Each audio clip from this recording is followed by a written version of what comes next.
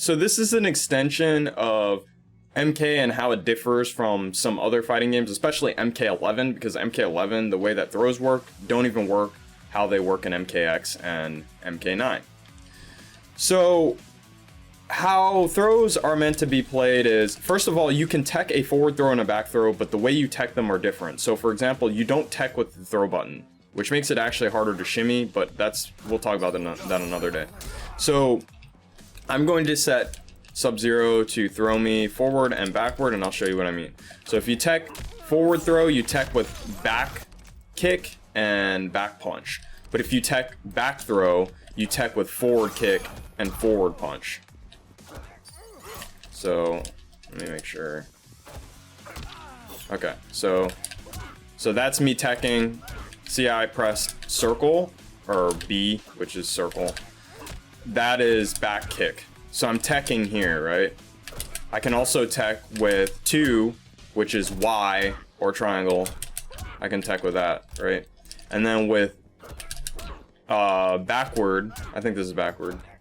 Yeah, I tech with front punch and front kick, which is 3 or A or square, whatever. So that's how I tech there, right? So MK11 is special because MK11 was designed to be a strike throw game at its core. So what that means is throws needed more properties, because if you're just taking 50-50 throws the whole game, like, people are just going to tech half your throws. Like, that's mathematically how it's going to work out. So the mind game starts with the fact that each throw has different properties. So for example, Sub-Zero, his forward throw gives him Oki. See how his forward throw leaves Liu Kang literally right next to him? Which means Liu Kang has to guess strike throw again. His back throw throws you all the way away. Like, there's no, he's not getting anything off of that. Like, he's not getting, maybe an ice ball, maybe, but for the most part, he's not getting anything off of that.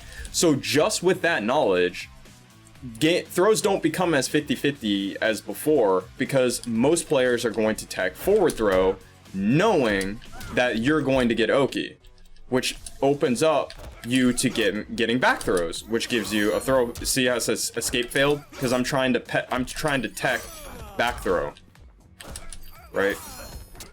This is common in the corner because every character in the corner, it literally becomes a guess for, you know, is he gonna throw, you know, he's gonna throw me in the corner, so I'm gonna tech, you know, if I'm facing this way, I'm going to tech back throw. If I'm facing this way, I'm going to tech forward throw, because I don't want to get thrown back into the corner.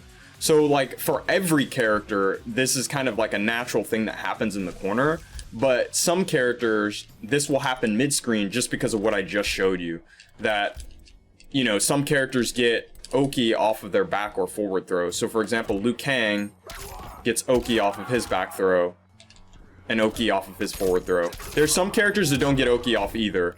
This is really common for zoners. Zoners usually don't get Oki off of their forward or their back throw because, like, they want to go back to zoning. So like characters like Cetrion, Scarlet, Frost, they don't really get Oki off of their backward or forward. Same thing with Katana. They don't really get Oki off their backward and forward throw.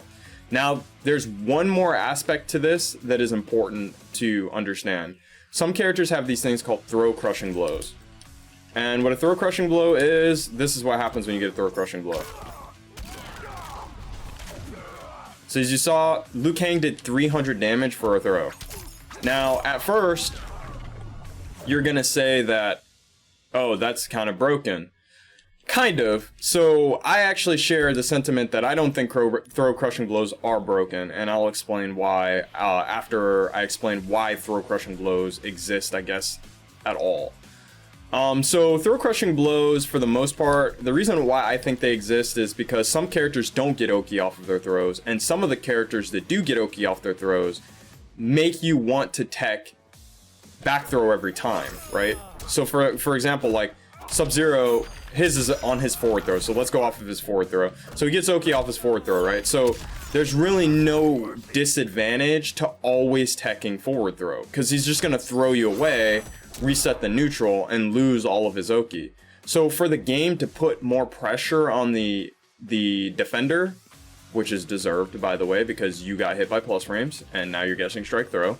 That's a huge pet peeve of mine. But they put throw crushing blows in, or at least that's from what I understand with the fundamental meta of the game, so that when you tech wrong, it opens up a throw crushing blow. So anytime you tech wrong, throw crushing blow opens up. So if I get an escape failed here, see how I said escape failed because I teched wrong, which means I tried to tech forward throw, or I mashed and I got escape failed because I teched the wrong way. That loads Liu Kang's crushing blow. So now I have to guess if he's going to do forward throw or back throw, or I take 30%.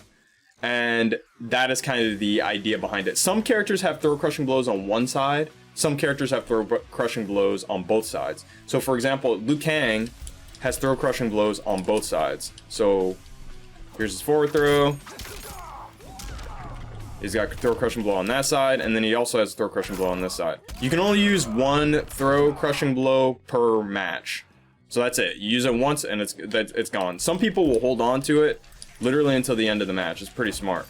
Now, Sub-Zero only has the throw crushing blow on the back side, which is good because his forward throw gives a Moki. So like now, like let's say you get an escape failed. Well, the next time he throws you, you actually have to decide, do I want to take Oki or do I want to take 30%? That's why throw crushing blows exist. Because you can react to throws in this game. I guess that's the last thing I did not mention. You can actually react to throws in this game and try to tech. Like you can actually there's like 13 frames of reaction time that you have along with the active frame or the startup frames of the throw. So you have time to tech a throw, and basically what they wanted was they wanted throws that you could still react to, but you had to make a decision on which direction you wanted to get thrown, or you decide to just take the throw, like every other fighting game, where you take the throw because it's better than playing the mind game that, oh, well, I might get a throw crushing blow, or oh, he might get Oki or something like that. Taking the throw and then using your wake up attacks to get off the ground or do a backward roll or something to kind of get space is just a natural way. Like, it's just the natural way of fighting games. Like, when you guess strike throw, you take the throw because it's less damage, you know. So at least in my mind, that's why throw crushing blows exist, because they force you to want to take the throw again. Because I hear this a lot from NRS players, and sorry, this is definitely a soapbox of mine, and then I'll end the video. I hear a lot from NRS players that you should be able to react to throws and guess every time. Well, in that case, then no one's gonna get thrown. Like, well, people are gonna get thrown, but like they're gonna get thrown full screen, and you're gonna lose all of your Oki.